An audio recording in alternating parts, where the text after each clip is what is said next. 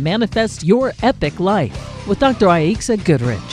Feel better. Function at optimal levels. Get rid of limiting beliefs and start manifesting your epic life. Here's your host, Dr. Aixa Goodrich. Hello, everyone, and welcome to another episode of Manifest Your Epic Life, where the mission is always to educate and empower the community and the world to make better health and life choices, get rid of limiting beliefs, and create success and balance in all areas of your life. And so, we always want to bring you the latest information on how you can actually achieve your dreams. And one of the 7 pillars or spokes of the wheel in Manifest Your Epic Life is finances. And I feel that that's something that a lot of people struggle with. Either they don't know how to save, they don't know what to do, they don't know that they're throwing money away. And so today I want to introduce my guest and longtime friend, actually, Miss Marie Tan. She's been in the financial industry for over 25 years. Wow, Marie, I can't even believe that. Primarily in the banking industry, but you recently transitioned to having your own practice in the financial world, right? Yep. With a Fortune 100 financial company. Obviously, tell us a little bit more about yourself, how you got involved, why the transition, and how you're helping people manifest your epic life. I know that you always strive to keep peace, a peaceful and calm environment for your clients in terms of the financial aspect of their life. So welcome. Thanks. Thank you so much. I'm glad to be here. How it all started, it's really strange. I was one of those weird kids that liked finance. Okay, not a lot of people like to balance their checkbook to the penny. Not a lot of people was worried or constantly looking what their savings are like. So there's always been a little bit of a bent for me in this world.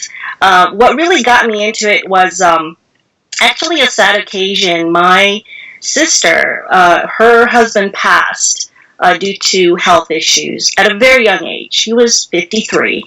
And while my sister was going through that, she was completely clueless when it came to what to do with her finances, how to get through this hard time. What does she need? What does she need to do with her mortgage? What about her bills? How's she gonna go on? Does she have enough money to live on moving forward? Because my sister was a full-time caretaker for her husband because he had an illness. So going back into the world was really, really tough for her. So I was her financial advocate at that time. And I felt a calling because it really, I was helping her. I was helping her get through this. And I realized I had a value for her because, I helped her deal with her finances, deal with her savings, deal with her, retirement. What is she going to live on? How she's going to move forward from a financial aspect, besides the relationship aspect as well. So that got me into thinking when that happened, this is where I want to be. I want to help people get through this tough times as well as prepare for the situations that may come along. So that was my idea. Let me get into this world. This is where I want to be. I can help people directly, and I love this stuff. So, long story short, this is where I'm at. I have my practice that I'm starting because I want to help people, like you mentioned, feel very peaceful and calm about their financial life, because it can be turbulent if you don't know what you're doing and you're scared of the next step. Yeah, absolutely. And I feel that a lot of people get paralyzed when they have to think about their finances. You mentioned it, like people don't even like to balance their checkbooks. They just like a ballpark figure to know they can cover their expenses. But when it comes down to actually calculating everything, it's like, oh my God, that's just too uncomfortable, Well, I'm probably a little bit out there balancing to the penny, but, ballparking it all the time may not be the best thing. So for someone to speak to someone like you, a financial advisor, they don't know where to start. There's a lot of misconceptions out there. Some might be that, I don't have any money, so how do I even plan for the future? Or I don't make enough, or, some of those preconceived notions or misbeliefs that people have regarding finances, saving, future savings. Tell me how you manage with those, and what are some of the other ones that you've come across? Oh, yes. No, those are some of the things I didn't want to bring up. I mean, the first one you mentioned, there is a misconception as to when should one talk to a professional financial planner, right? And really the short answer is the sooner the better. The misconception out there that you have to wait till you make a lot of money or reach a certain amount of income before getting a professional to help you through all of that and putting together a plan, I mean, that's not really going to help you maximize your financial life, because in reality, there's several phases that you go through with your, with your finances. So, and so there's different strategies that can be applied based on what stage you're in. So, in those different stages, you're going to need to plan for different things. And the first stage, where most people, are worried and they don't want to see a financial planner, is they have to come up with their emergency funds. They have to come up with their short-term savings goals. They have to do some type of asset protection. And not a lot of people know how to do that. I mean, we do not get educated in how to manage our finances ever. So it's just a sort of thing. I don't even think they teach kids anymore in high school how to balance a checkbook. I don't even think they teach that anymore. I worry about that. I actually want to see if I could do that one day, is to go into a school and offer my services for like a finance class workshop, how to balance your budget, how to make a budget, Right. So those things, folks don't know how to do. So it'd be good to get with a financial planner at the earliest stages possible, so you can start planning and establishing those foundational type activities. And then when you get to the accumulation stage, the next stage, you got a good foundation in place. Now you're saving for long-term goals. Then a financial planner is even more of an asset for you to have in your court. And then the last stage, which is actually people don't even think about yet, because, I'm saving a lot of money, I don't have to worry about it, there's actually a decumulation stage. You got to figure out what is the best strategy to distribute the savings that you have.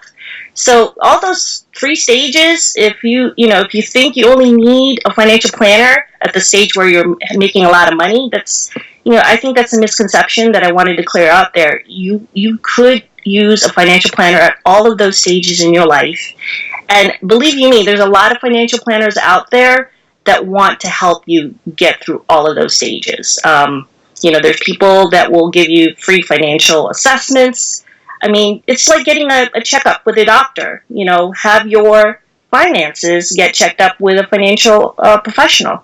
It's the same concept, and it's I would say, to have your financial life flourish, just having that professional in your corner will do wonders. I think that you and I have something in common, whereas I always say that an ounce of prevention is worth more than a pound of cure. But I have patients that come in, just like you have clients that come in to see you, that are like, I just rather not know, because then it's more stressful if I don't know, right? But that's not always the best situation to be in. And believe it or not, we have a lot of this in common. Patients don't want to come in because they're afraid of what I might say they have. And people don't want to come to you because they're afraid of what you might say they don't have or what they need, right? Exactly. There's a lot of people, different people have different things that motivate them, right? Yeah. So some people, I'm like that, and me. I have to know what is wrong so I can help solve the problem, right? Because if I don't know what's wrong, then I can't solve the problem.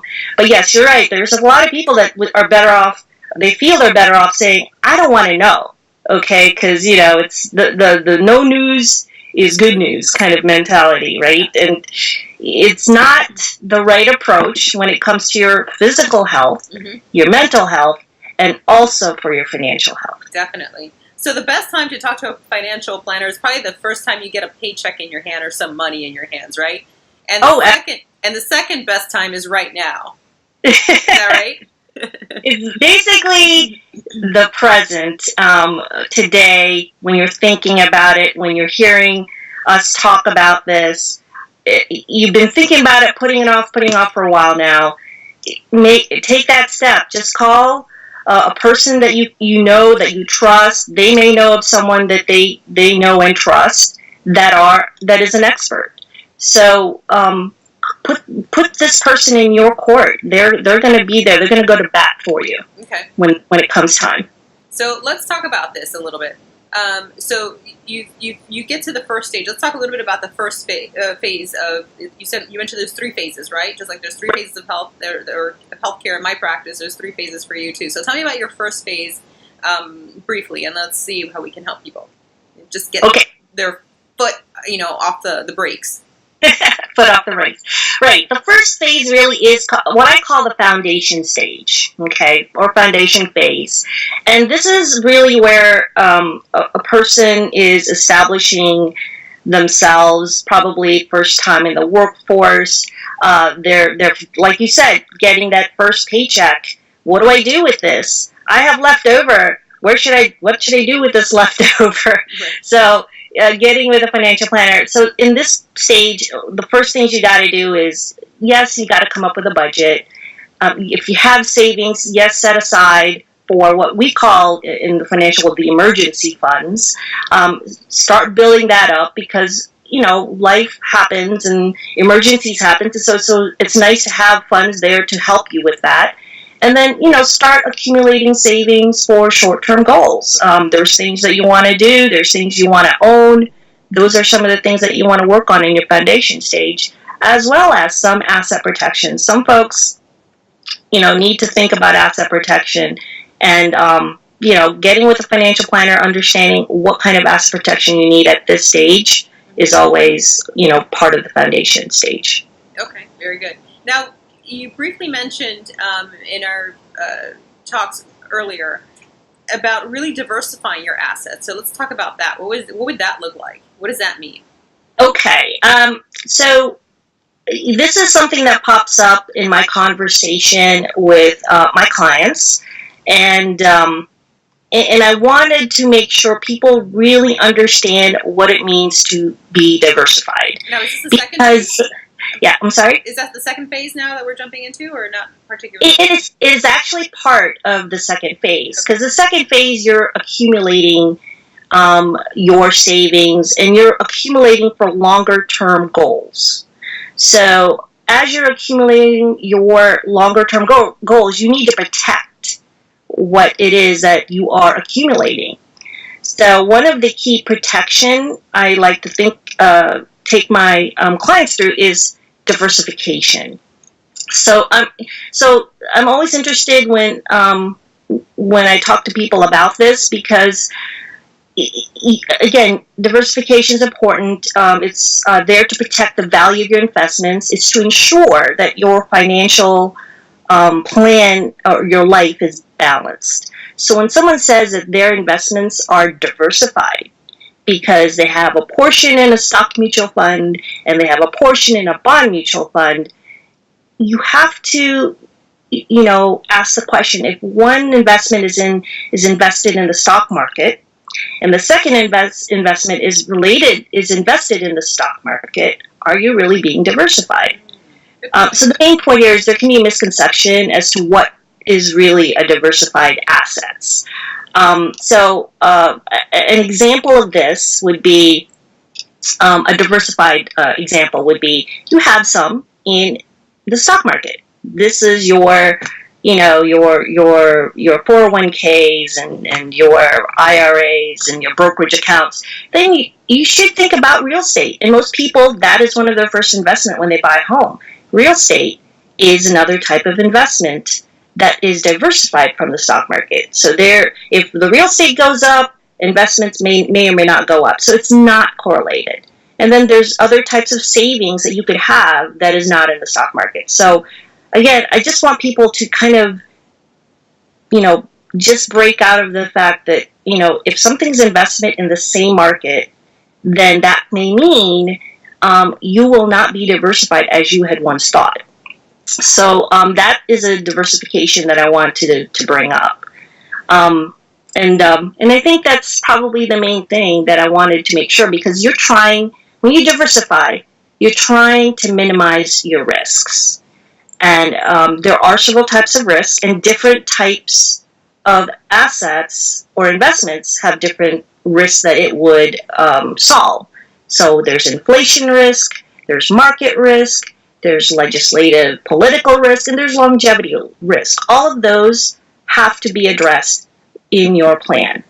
And in the accumulation phase, just as we mentioned, making sure that your investments are in different types of markets and different types of groups so they're not correlated.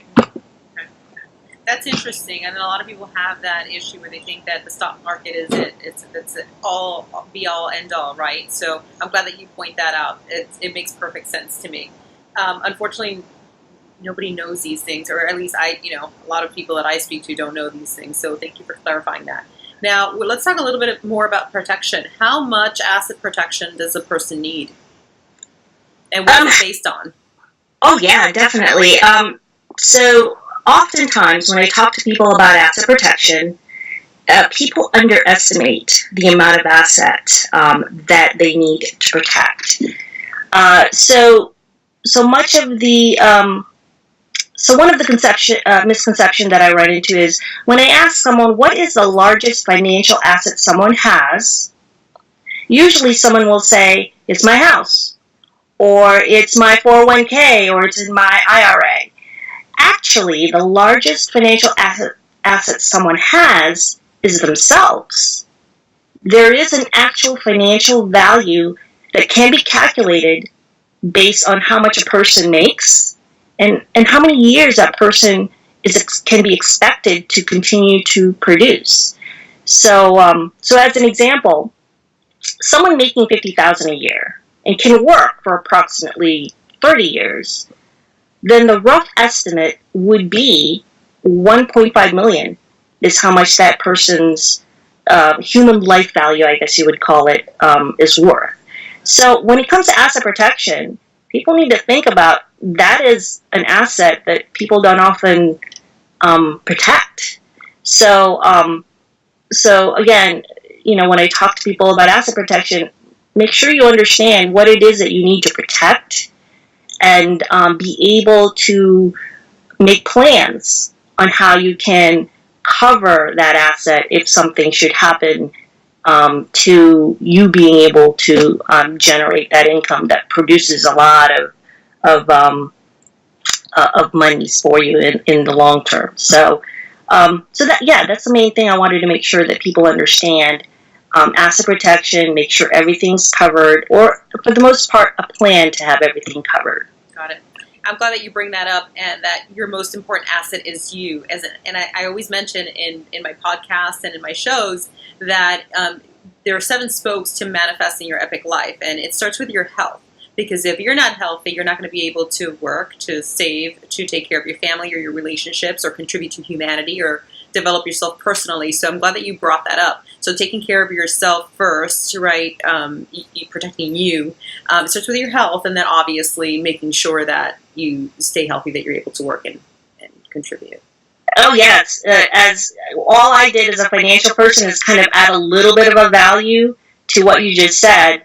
There's a dollar value to your health. It is a lot, and I just did a little back of the envelope. It's quite substantial above and beyond that, really. So every human life is worth a lot more, and I don't think people think enough of that and how they should continue to protect that asset. Especially if you have children or grandchildren or significant others. You definitely don't want to be a burden on your kids, your grandkids, or your significant other, your family members. So it's important to plan. The fastest growing population, as you've probably heard me say many times before, are centenarians. So you're going to live a lot longer than you actually think you're going to live. So you need to start taking better care of yourself today than you probably have been, right? I know you take great care of yourself, Marie. But then also plan for that financially, because you are going to live longer. So you don't want to get to the end stages and then run out of money and then have to go work at Publix bagging, groceries. Not that there's anything wrong with that. Some people do that because they just want to get out of the house and they need something to entertain themselves with, which is fine. But imagine the level of stress if you're 70 or 75 and you have, nothing to fall back on. So it's really important. Yes, no, I can't stress enough.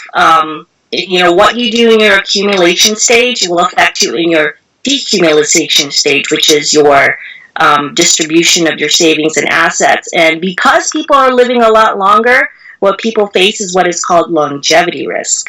Okay, that's one of the risks that we need to address as part of our diversification that I talked about earlier. There are really great strategies to help you and help your family, one, protect them, and two, protect yourself, because as you get older, you need to make sure that your savings last all the way through to the very, very bitter end. Right. Well, it might not be bitter. It might be really great. Right. So, yes, there's lots of products. I can't name a few of them, but, one of the things that is a great product everybody should think about is your life insurance. Life insurance protects you, protects your family, and can protect, even provide a legacy for your family. So it's important to have, and people may or may not necessarily think they need it. People don't even want to think about, at the point when the time may come. But I can tell you, just taking it back from the very beginning, my sister is able to live pretty independently because her husband had a life insurance. So, it is for protection. Your life is worth something, and you want your family to be protected with what you are worth. And whether you're here or you're not here, there is a way for your family to have that protection no matter what. Yeah, most definitely. All right, so the first phase is the foundation phase. The second phase is planning long-term and asset protection. And the third phase, would that be decumulation? Absolutely. Okay. Decumulation. There's a lot of things that you should plan ahead of that to prepare for the decumulation, because by the time you're decumulating, it's kind of hard to establish strategy. So in the accumulation phase, you should also be planning what you're going to do in the decumulation phase. One of the key strategies I wanted to bring up as part of your decumulation is, back to the point of diversification, you have to have your assets diversified from a tax implication standpoint. And the reason why I bring that up is because people really don't think about it. People assume when they retire and they start taking out their money that they will not be taxed. Okay, and I can honestly say I've seen it firsthand because I helped my dad with his retirement and his financials, and he pays a lot more taxes than he thought. He almost pays as much tax as he did when he was working. So, to think that through, and the reason why I bring that up is because people need to think about how to diversify their investments. Not just earlier I mentioned stock market, real estate, and cash and savings, but tax deferred, taxable, and tax free. So a financial planner, even your accountant or CPA, can help you in being able to establish, do I have too much in my tax deferreds? And your tax deferreds are like your 401k, your traditional IRA, your 403bs. Most people say max it out, max it out, max it out. And you know what? I would say definitely use that. Put some stuff in there. It's good for you. There's some benefits related to that. Then there's your taxables. That's your cash, your checking, your savings, your brokerage accounts. Those are something you want now because they're easy to get to, right? And then the last group, which is tax-free, not a lot of people are using them. And this is your Roth IRAs. And one of the instruments that not people think about is your whole life insurance. Whole life insurance is tax-free in many cases or tax-advantaged. So there's a lot of different products that you should be diversifying from a tax standpoint because it will affect you in the decumulation stage. How you get your monies, where they're at, depends on how much you're actually going to get it back without the big IRS chunk that most people are surprised that they get hit with. And people, if you're expecting Social Security to be non-taxed, only at a certain level. Right. And if you have too many taxable stuff, you're going to get fully taxed or almost fully taxed on your Social Security. So yeah, so you need to plan for that. Plan for it. Wow, that was a nice little recap of things that people need to start thinking of, Marie. Thank you so much for educating and empowering people to finally take a look at their finances and make a shift and plan for the future, which we tend to think, oh, I'm still too young, or I still have plenty of time to go, or I'm not going to live that long, or whatever their excuse is, or whatever their story is, right? And so I'm glad that you were able to debunk some of those myths. I want people to get a hold of you. So give me your contact information. Yes. If anyone wants to talk to me, call me at 305-725-7704. Or you can email me at mtan@financialguide.com. All right, folks, 305-725-7704 or mtan@financialguide.com. There's no better time than now to get started. Don't wait another day. The first day that you should have contacted a financial advisor is the first day you made a penny, but the second best time is right now. So let's give Marie a call and get your consultation scheduled, and let's have her give you a diagnosis and have her start helping you manifest your epic finances. Right? It's what it's about, to have financial freedom and to have wealth and health and happiness and success and all those things. So thank you, Marie, for being with us today and sharing all the information you just shared. I appreciate you. Thank you so much for having me on. I'm glad to be hopefully of some help to some of your audiences. All right, sounds good. And folks, until next time, this is Dr. Aixa helping you manifest your epic life. Have a great one. Thanks for listening. This is Manifest Your Epic Life with Dr. Aixa Goodrich. Need more? Visit manifestyourepiclife.com for blog posts, previous episodes, podcasts, and more. Now, go have an epic day.